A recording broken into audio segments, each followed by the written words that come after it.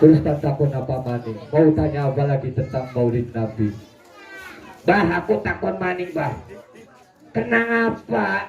Tadi kan Kanjeng Nabi itu setiap Senin katanya memperingati hari kelahirannya. Sehingga Kanjeng Nabi ketika Senin itu puasa Senin, ya puasa sunnah Senin. Nah, kenapa sih sekarang umatnya itu pada memperingati Maulid Nabi? Apa gunanya? Apa manfaatnya? Mentokakan duit baik, nyewa tarun, ya, nyewa dalang bayar aja gratis. Ya, aja orang nyewa wah tuku daburan, tuku nyewa salon, mentokakan duit memperingati Maulid Nabi, mentokakan duit baik sih bah. Sarifin cangkem mesira bener. Yang masalah Kanjeng Nabi silat cangkeme bener aja guyonan okat kualan. Wong Islam ning Indonesia pada memperingati Maulid Nabi ku karena cinta Kanjeng Nabi. Salah satu ciri wong cinta ning Kanjeng Nabi ku pengennya inget baik. Ibu bapak kangen ya diinget ibune, diinget bapakne. Wong tua kangen anak diinget anake. Nah, Maulid Nabi wong Indonesia pada memperingati Maulid Nabi itu supaya inget Kanjeng Nabi. Siraku ini Kanjeng Nabi ku sora sopan. Kanjeng Nabi ku galbina goleti umate. Kanjeng Nabi galbina setiap hari itu mencari umatnya untuk datang kepada Kanjeng Nabi. Tapi umatnya tidak memperhatikan. Kapan bah? Emang Kanjeng Nabi selalu mencari umatnya kapan? Ada suatu cerita. Anak wong edan. Anak wong edan. Anak wong edan. Kita berapa di mau zaman edan? Anak wong edan nangis menangis di pasar. Hansip datang, para pengunjung pasar ribut, bahkan polisi datang. Ketika ditanya, hei orang gila, kamu menangis terus kenapa? Orang gilanya menjawab, kamu itu manusia tidak tahu sopan santun. Kanjeng Nabi setiap hari keliling di pasar, tetapi gak ada yang menyapa Kanjeng Nabi. Gak ada yang sholawat kepada Kanjeng Nabi. Akhirnya para pejabat orang ngomong, Kanjeng Nabi mana? Gak kelihatan Kanjeng Nabi. Orang gila itu jawab, makanya mata kami jangan melihat duit saja, melihat harta benda saja, melihat orang-orang cantik saja. Pantas mata kami tidak bisa melihat Kanjeng Nabi. Setiap hari melihatnya maksiat terus. Coba mata kami itu melihatnya Al-Quran, baca sholawat, pasti bisa melihat Kanjeng Nabi. Kanjeng Nabi itu selalu datang pengen dihampiri umatnya, tetapi umatnya nggak ada yang memperhatikan Kanjeng Nabi. Kanjeng Nabi itu kangen, umatnya kangen, ayo datang kepada saya rindu. Tapi umatnya tidak pada memperhatikan. Nah, makanya ketika kita acara Maulid Nabi biasanya diiringi pembacaan berjanji, pembacaan deva. Itu setelah itu makhluk yang bangun agar menghadirkan dalam dirinya ada Kanjeng Nabi Muhammad Sallallahu Alaihi Wasallam. Mengkonon ya bah. Aduh astagfirullahaladzim, berarti aku salah ya bah. Maaf bah. Bah, aku pengen tanya. Itu kan tadi katanya memperingati Kanjeng Nabi supaya ingat Kanjeng Nabi. Tujuannya apa lagi tuh? Kalau ingat kan tujuannya apa? Ayo. Biasanya saya mengingat-ingat wanita cantik tujuannya ingin menikahi. Nah, mereka pada mengingat-ingat Kanjeng Nabi tujuannya apa? Pengen mencintai Kanjeng Nabi. Orang itu biasanya kalau cinta selalu diingat-ingat dulu. Diingat-ingat, setelah itu baru cinta. Nah, memperingati Maulid Nabi itu tujuannya ingat Kanjeng Nabi supaya bisa belajar mencintai. Sirobli, kamu tahu nggak bagaimana cara mencintai Kanjeng Nabi dengan benar? Kanjeng Nabi itu gampang sekali untuk dicintai. Hanya saja manusianya yang tidak berpikir bagaimana cara mencintai Kanjeng Nabi Muhammad Sallallahu Alaihi Wasallam. Aku berubah, aku weruh. Aku ke pengalaman bang, aku pacaran seminggu setiap kali ganti bang. Iya, seminggu aku pacaran karo wong Losari, seminggu aku pacaran karo wong Babakan, seminggu aku pacaran karo wong Pabedilan. Gampang bang, ciri-cirinya orang dicintai itu mudah gampang. Pertama itu biasanya orang jatuh cinta karena melihat wajahnya yang cantik, wajahnya yang ganteng. Kanjeng Nabi itu gampang untuk dicintai sebab Kanjeng Nabi itu makhluk paling indah, makhluk paling ganteng sedunia. Kang Bung Kang, salari Kang, makhluk yang paling ganteng itu Nabi Yusuf Kang, bukan Kanjeng Nabi. Goblok sira. Yang paling ganteng itu Kanjeng Nabi. Sok takon Bapak Ridin. Kamu sih pas waktu ngaji kamu tidur terus. Kalau ada pengajian, ada wayang, rokok, turu, wah, pada paham. Ibu-ibu selonjor turu, wah, paham. Oke, dengarkan. Nah, dengarkan. Semuanya dengarkan. Orang itu biasanya jatuh cinta karena melihat wajahnya yang ganteng. Orang paling ganteng, paling indah itu pertama Kanjeng Nabi Muhammad SAW. Kalau diibaratkan kegantengan itu ada 100%, ya 100%, 50% itu keindahan kegantengan seluruh dunia kepada Kanjeng Nabi. Kanjeng Nabi 50%. Itu sih kan ada puji-pujian Nabi Yusuf ganteng yang gelem sembayang, Nabi Yusuf ganteng yang gelem sembayang. Nabi Yusuf sekarang paling ganteng. Salah. Nabi Yusuf itu kegantengannya hanya 25%. 50% Kanjeng Nabi, 25% buat Nabi Yusuf, dan 25%-nya lagi itu buat dibagi-bagi seluruh dunia. Dari zamannya Nabi Adam sampai nanti hari kiamat, 25% dibagi-bagi. Jadi secantik-cantiknya kamu, seganteng-gantengnya kamu, seseksi-seksinya kamu, itu baru 0,000000000000%-nya Kanjeng Nabi. Gak ada apa-apanya. Makanya Kanjeng Nabi itu paling mudah dicintai karena Kanjeng Nabi itu paling ganteng sekali. Allahumma sholli ala sayyidina Muhammad. Cira lagi ngaji kelingan beli Nazuman syairnya Zaid bin Sabit tentang keindahan Kanjeng Nabi. Kelingan beli Brakodin. Orang kelingan kang aku ngaji turu bae kecuali ini pinggir wadon ayu ya aku melan kang. Rai wadon baik sila silih.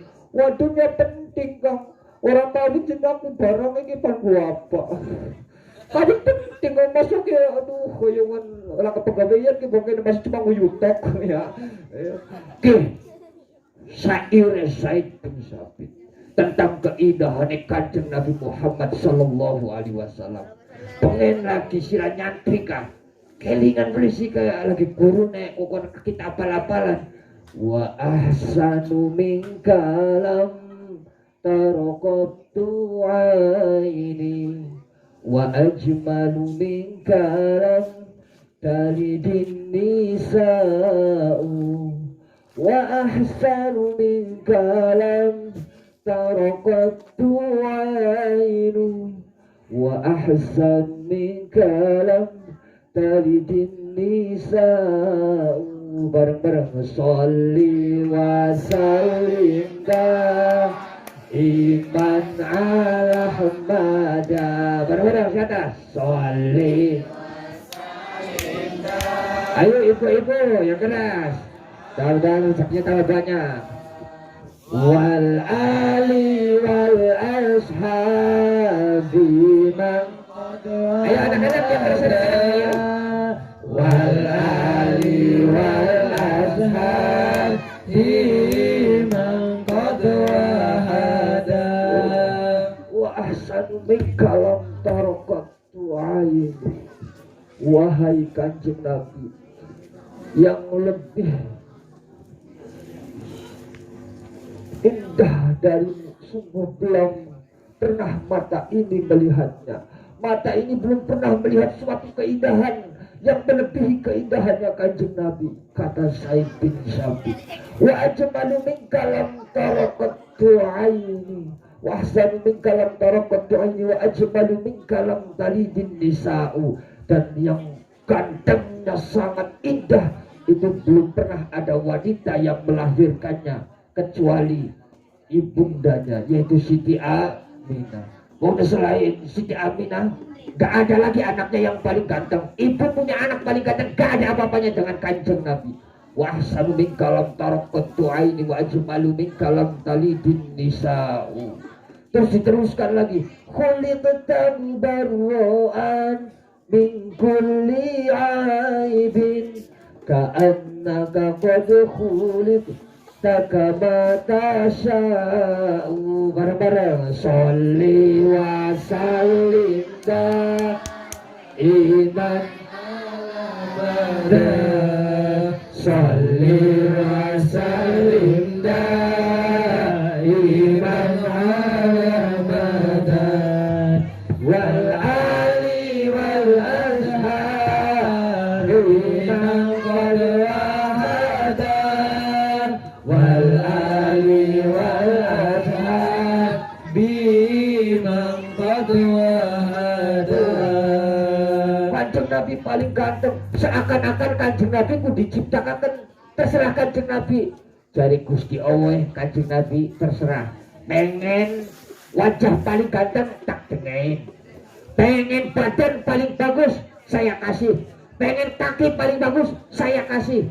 Pengen apa saja yang paling bagus semuanya dituruti sama Gusti Allah. Makanya kanjeng Nabi itu paling ganteng, wajahnya bercahaya. Makanya kalau kita sholawatan, anta syamsun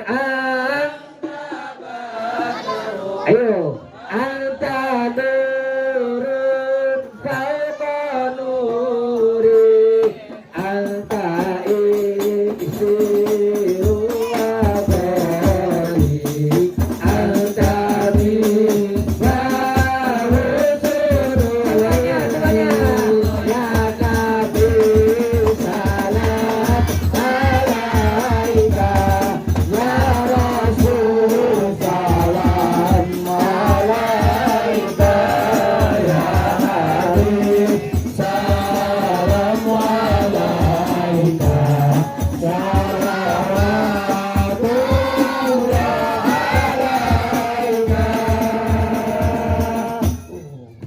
kanjeng Nabi itu wajahnya bercahaya seperti rembulan. Bahkan anak cerita, Saridin pengen dongeng, dirongwakaken ya, dirongwakan ya. Setiap budaya dongeng di musola-musola sudah gak ada. Ibu-ibu kalau dulu, zaman dulu kalau mau menidurkan anaknya pada dongeng, sekarang enggak. Padahal dongeng itu penting buat sejarah, anak-anak tahu sejarah. Saya tahu dongeng cerita sejarah kanjeng Nabi, Nabi Adam, Nabi Idris, Sayyidina Hasan, Husain, Abu Bakar. Karena dulu bu sering didongengin di bapaknya, di ibune. Sakit ibu bapaknya hari pengen nonton deh kanjeng doso. Nonton deh kayak uya sini dong tukaran. Iya, anak-anak kita jadi hafalin Naruto. Orang hafalin Naruto, malah hafalin Naruto. Dongeng bu. Anak kecilku ketika mau tidur dongeng itu penting bu, buat melatih daya ingat, buat tahu sejarah. Ceritane kanjeng Nabi iku lagi balik. Kanjeng Nabi pulang bersama Abu Bakar As-Siddiq. Ulangi lagi, kanjeng Nabi pulang bersama Abu Bakar As-Siddiq. Akhirnya kanjeng Nabi lagi waktu pulang capek, pegel. Akhirnya kanjeng Nabi pengen tidur. Akhirnya kanjeng Nabi ketiduran. Kanjeng Nabi ketiduran, akhirnya pangku di Abu Bakar. Kanjeng Nabi tidurnya di pangkuan Abu Bakar. Abu Bakar itu sahabatnya kanjeng Nabi yang rela mati membela kanjeng Nabi. Bahkan kata Abu Bakar, jangan sampai kanjeng Nabi meninggal kecuali saya dulu yang meninggal. Kanjeng Nabi hijrah ke Madinah didampingi Abu Bakar. Ustaz Abu Bakar paling setia. Nah, ketika kanjeng Nabi lagi tidur enak-enaknya di pangkuannya Abu Bakar, tiba-tiba ada ular, ada eleng. Bu, eleng ini bahasa Sundanya apa ya? Eleng India? Wadai apa ya? Apa ya? Rumahnya ular apa siarannya? Apa sarang? Ada sarang ular. Sarang ular itu pas kebetulan di sampingnya Kanjeng Nabi. Nah, ular yang berada di dalam kaget loh. Ini malam-malam kok ada cahaya. Oh, ular juga tahu. Ular itu tahu bahwa manusia yang bercahaya itu Kanjeng Nabi. Akhirnya ular pengen melihat Kanjeng Nabi. Ular keluar dari sarangnya, dongol, dolot. Ketika dolot, Abu Bakar tahu. Abu Bakar tidak rela kalau Kanjeng Nabi digigit ular. Akhirnya kakinya Abu Bakar itu menutupi sarangnya ular. Ular marah, mau keluar ditutupin pakai kaki. Akhirnya terpaksa kakinya Abu Bakar digigit oleh ular. Padahal Abu Bakar itu niatnya apa? Melindungi Kanjeng Nabi. Abu Bakar kakinya digigit, sakit tetapi tidak bergerak dan tidak berucap. Kenapa? Karena takut mengganggu tidurnya Kanjeng Nabi. Rela kesakitan demi ketenangan Kanjeng Nabi. Akhirnya sampai semenit, 2 menit, 3 menit, sampai wajahnya Abu Bakar penuh dengan keringat. Racunnya sudah menyebar. Akhirnya keringatnya menetes kena wajahnya Kanjeng Nabi. Akhirnya Kanjeng Nabi bangun. Kanjeng Nabi bangun. Ketika bangun, Abu Bakar, kenapa wajah kamu pucat kayak gitu? Abu Bakar diam. Gak apa-apa Kanjeng Nabi, saya sehat. Enggak, ini wajah kamu pucat kayak gini pasti ada sesuatu. Akhirnya Abu Bakar, Kanjeng Nabi, Kanjeng Nabi. Kanjeng Nabi marah. Ya, Kanjeng Nabi ngomong, ular, kenapa kamu gigit kakinya Abu Bakar? Kata ular, maaf Kanjeng Nabi, saya itu pengen keluar dari sarang, pengen melihatnya wajahnya Kanjeng Nabi yang bercahaya. Tetapi Sayyidina Abu Bakar menutupi dengan kakinya, maka saya terpaksa patok, saya gigit kakinya Abu Bakar. Kanjeng Nabi belok ke Abu Bakar. Abu Bakar, kenapa kamu tutupin ular yang pengen melihat wajah saya? Kata Abu Bakar, Kanjeng Nabi, saya itu maksudnya melindungi Kanjeng Nabi agar Kanjeng Nabi tidak digigit ular. Kanjeng Nabi kok bisa ngomong sama ular? Perasaan Nabi yang bisa ngomong sama ular itu binatang itu Nabi siapa ya? Nabi Sulaiman. Kanjeng Nabi kok bisa ngomong sama binatang? Kanjeng Nabi itu Nabi paling mulia. Jangan macam-macam. Kanjeng Nabi, jangankan sama binatang Kanjeng Nabi bisa bicara, sama tumbuhan pun Kanjeng Nabi bisa bicara. Itu mukjizat. Bulan bisa dibelah jadi 2. Kanjeng Nabi loh, istimewa. Kanjeng Nabi itu makhluk paling istimewa. Apa saja kalau Allah pengen pasti dituruti. Kanjeng Nabi bisa ngomong sama tumbuhan, binatang, apa saja. Wajahnya Kanjeng Nabi bercahaya ganteng. Makanya Kanjeng Nabi itu paling mudah untuk dicintai. Iya. Siapa dulu bapaknya? Bapaknya Kanjeng Nabi siapa? Bapaknya Kanjeng Nabi siapa? Abdullah itu ketika muda belum nikah, wajahnya bercahaya. Sebelum nikah bersama dengan Siti Aminah, banyak sekali wanita-wanita cantik Arab yang pengen nikah sama Abdullah. Iya Bu. Bahkan perempuan gak malu-malu ngomong, Kang Abdullah kok ganteng banget. Kang Abdullah aku pengen jadi wadone siro. Perempuan-perempuan pada pengen melamar Abdullah. Tetapi Abdullah memang jodohnya bersama Siti Aminah. Setelah Siti Aminah nikah dengan Abdullah, wajah bercahaya yang ada di Abdullah itu pindah kepada Siti Aminah, yang nanti itu akan masuk ke dalam wajahnya Kanjeng Nabi. Jadi cahaya itu berpindah-pindah dari Nabi Adam, Idris, Nuh, Hud, Soleh, sampai Ibrahim, sampai Ismail, terus ke bawah baru sampai Kanjeng Nabi. Setelah Kanjeng Nabi gak ada lagi Nabi. Sira ki bahaya ki, pengen ki. Cita-cita ditanya sama gurunya, Brakudin, cita-cita kamu jadi apa? Kayak dengan jadi apa? Jadi Nabi Kong. Kita jadi Nabi. Ngajinya orang katam siung sirengku. Yo, pengen apel-apelan tasripan ke ngobok dia pakai. Ngerti tasripan?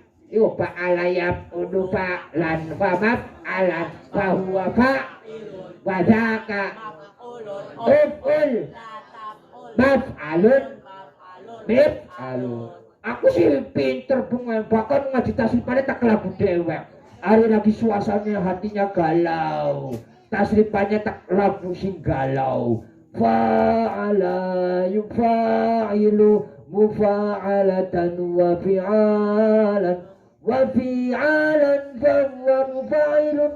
Ari lagu sewak nadanya kali. Fa'ala yufa'ilu takila mufa'ilun. Beda ganti. Ya aku jadi ngajinya filosofi terbaik. Cita-cita jadi Kanjeng Nabi goblok. Nah, jadi pertama Kanjeng Nabi itu mudah sangat dicintai karena wajahnya paling ganteng. Yang kedua, orang itu biasanya mudah dicintai karena apa? Karena dia punya jasa. Anak-anak, assalamualaikum anak-anak. Kamu cinta gak sama bapak ibu kamu? Cinta gak? Kenapa cinta? Karena bapak ibu kamu yang paling berjasa kepada kamu. Orang biasanya jatuh cinta karena yang dicintai punya jasa. Istri cinta kepada bapaknya karena bapaknya berjasa setiap hari mencari uang untuk kebutuhan keluarganya. Nah, Kanjeng Nabi itu jasanya kepada umatnya jangan ditanya. Jangan ditanya. Kanjeng Nabi jasanya kepada umatnya melebihi apa saja. Sejuta cintanya kita kepada Kanjeng Nabi itu tidak bisa terhadap sedikit pun kebanding cintanya Kanjeng Nabi kepada umatnya. Makanya apa itu? Hasaka ya Rasulallahi tardo. Kanjeng Nabi tidak rela kalau ada umatnya nanti yang disiksa. Asyaka ya Rasulallahi tarda wa fina man yu'azzab aw yusa'u.